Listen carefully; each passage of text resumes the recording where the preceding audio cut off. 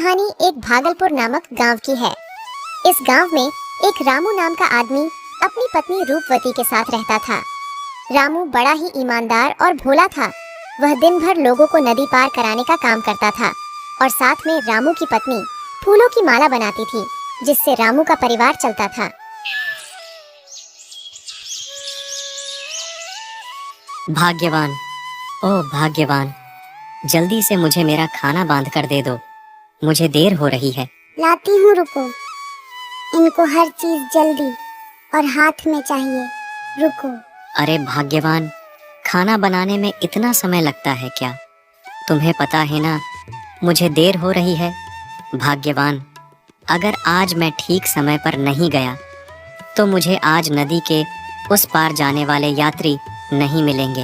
आपका कहने का मतलब क्या है कि मैं रसोई में जाकर सो जाती हूँ? क्या मैं जानबूझकर समय लगाती हूँ?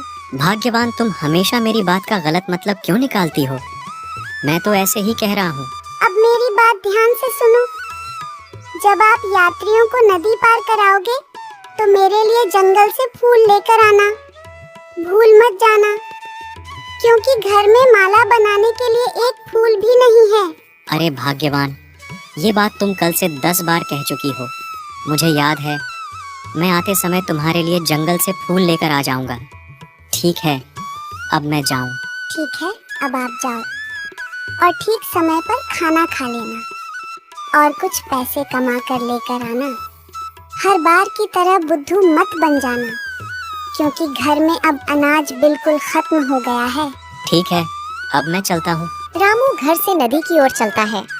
रामू बहुत दयालु था। उसको किसी पर भी बहुत जल्दी दया आ जाती थी और रामू नदी के पास अपनी नौका के पास पहुंचता है। आज ये भाग्यवान के चक्कर में बहुत समय हो गया है। पता नहीं आज कोई यात्री मिलेगा भी या नहीं। रामू को एक यात्री नजर आती है। भाई, मुझे जल्दी से ये नदी पार करनी है। भाई, जल्दी से मुझे ये नदी पार करवा दो। हाँ बहन, यही तो मेरा काम है। इतना कहकर रामू उस यात्री को नौका में बिठाकर नदी के उस पार ले जाता है। लाओ बहन, अब मुझे मेरे पैसे दे दो। मुझे जंगल के उस पार जाना है। मेरे पास पैसे नहीं हैं। मेरे बच्चे की तबीयत बहुत खराब हो रही है।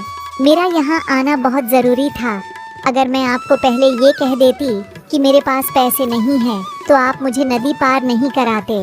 कोई भी मुझे नाव में नहीं बैठने देता। मेरे बच्चे की हालत बहुत खराब हो रही है। रामू को उस लड़की की बात सुनकर बहुत दया आ जाती है। नहीं बहन, मुझे तुमसे पैसे नहीं चाहिए। वैसे बहन, तू इस जंगल में कहाँ जाएगी? यहाँ से तो गांव बहुत दूर है। वहाँ तक पहुँचने के लिए तो तुम्हें अभी बहुत चलना होगा। तुम अपने बच्चे को लेकर बहन, तुम एक काम करो, तुम अपना बच्चा मुझे दे दो, मैं वहाँ तक तुम्हें छोड़ दूंगा। फिर वो उसको अपना बच्चा दे देती है। वो दोनों वहाँ से आगे बढ़ने लगते हैं। कुछ ही देर के बाद बाबा का आश्रम आता है। भाई, बाबा का आश्रम आ गया है। अब आप मुझे मेरा बच्चा दे दो। रामू बच्चे को दे देता है। अरे बहन, तुम बहुत भूखी लग रही हो।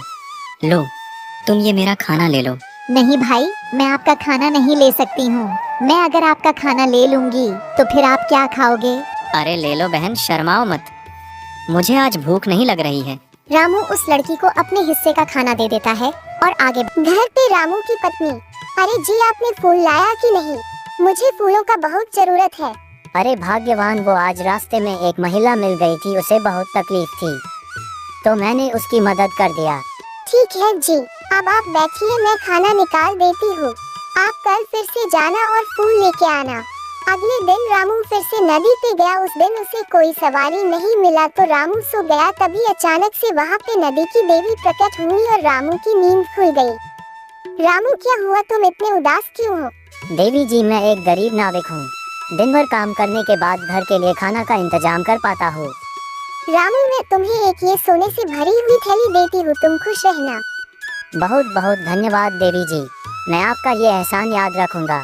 इसके बाद रामू वह सोने की थैली लेकर घर जाता है और अपना बाकी का जीवन खुशी से बिताता है। दोस्तों, हमें हमेशा एक दूसरे की मदद करनी चाहिए। अगर आपको हमारी कहानी अच्छी लगे तो सब्सक्राइब जरूर करें।